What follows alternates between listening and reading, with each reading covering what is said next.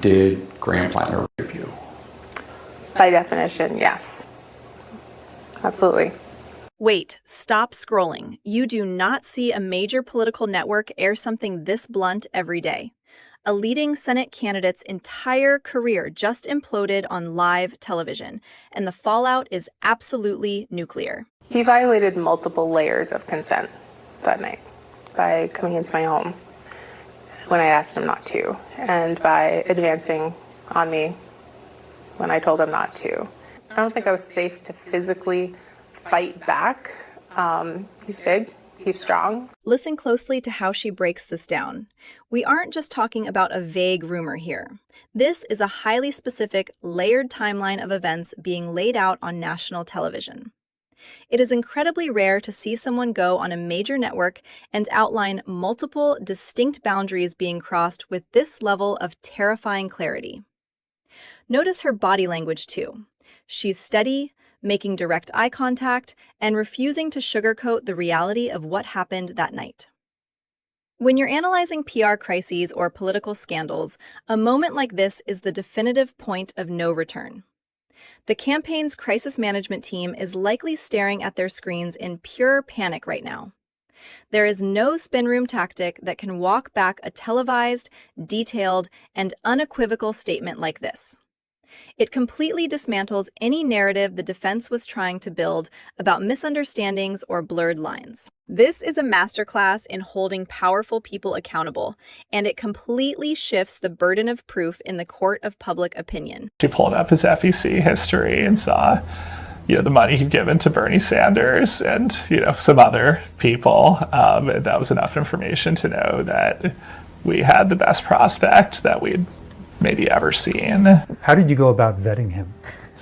And why did you? We paid a nice firm a whole chunk of money and got some stuff back. Hold on, did you catch that? They are literally sitting on a couch laughing about how they outsourced their vetting process to a donor database. Are you kidding me? This is supposed to be a multi-million-dollar Senate operation, and their idea of a deep dive into a candidate's background is checking to see if he donated to a specific campaign.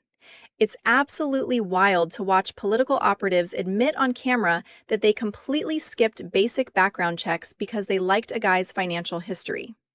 Look at the guy on the left. He almost seems proud of how terribly they botched this. This right here is exactly why outsider candidates with massive red flags manage to slip through the cracks of the establishment machine. They paid a massive chunk of money to a firm, got almost nothing back, and just decided to roll the dice anyway. It's political malpractice at its absolute finest, and now an entire movement is paying the ultimate price for their sheer incompetence. One of the biggest ones is that I think that there are a lot of men in this world relying on the silence of women and to be where they are. And I don't want to contribute to that.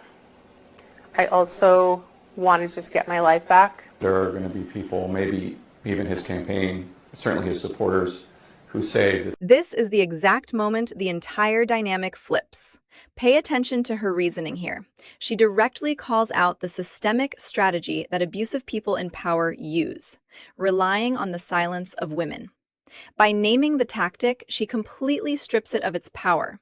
You can see the emotional toll this has taken on her, but the sheer resolve to not just protect herself, but to prevent this from happening to anyone else is staggering. This isn't a politically motivated hit job. She openly admits she actually agrees with the candidate's politics. That makes her testimony undeniably credible. When an accuser shares the same political ideology as the accused, it shatters the usual defense that this is just a partisan attack. She had absolutely nothing to gain and everything to lose by coming forward. Yet she did it anyway to break the cycle of silence. It's a profound moment of bravery that completely short-circuits the usual spin machines we see in Washington. Look at the timestamps on those posts. The dam didn't just break. It completely vaporized in a matter of minutes. When you see heavy hitters from your own circle publicly rescinding their endorsements, you are officially considered toxic waste. And then the absolute kicker. The betting markets literally deleted the race. Polymarket couldn't even keep the market open because the outcome became a mathematical certainty overnight. You have to understand how rare it is for a prediction market to just pull the plug entirely. It means the liquidity dried up because everyone instantly knew he was finished. The political isolation here is stunning.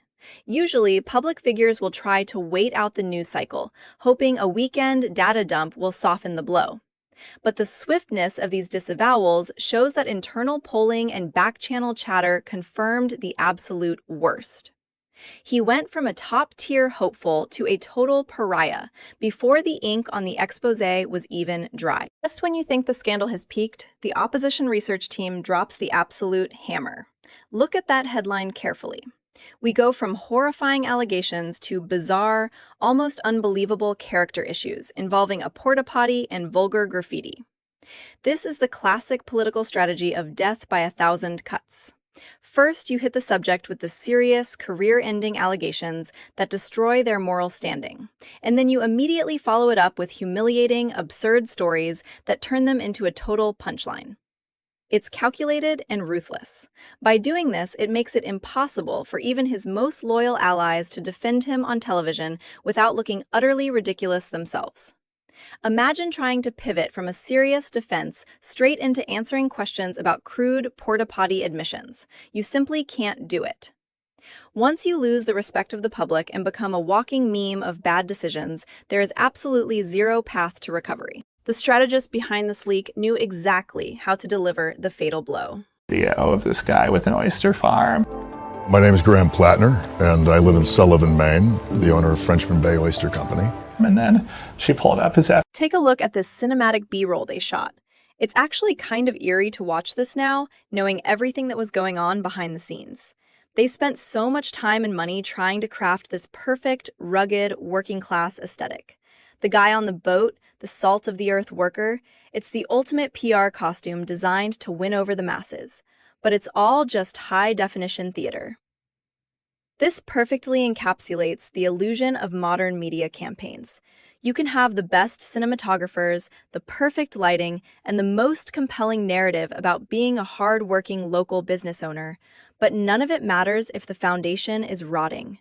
It really makes you wonder how many other heavily produced, focus-grouped public figures are hiding absolute nightmares just off camera. The contrast between this peaceful cinematic footage on the water and the chaotic, destructive reality of his actual life is a chilling reminder to never trust the heavily edited versions of people we see on our screens. Drop a comment below. Is there any coming back from this, or is it officially game over? Catch you next time.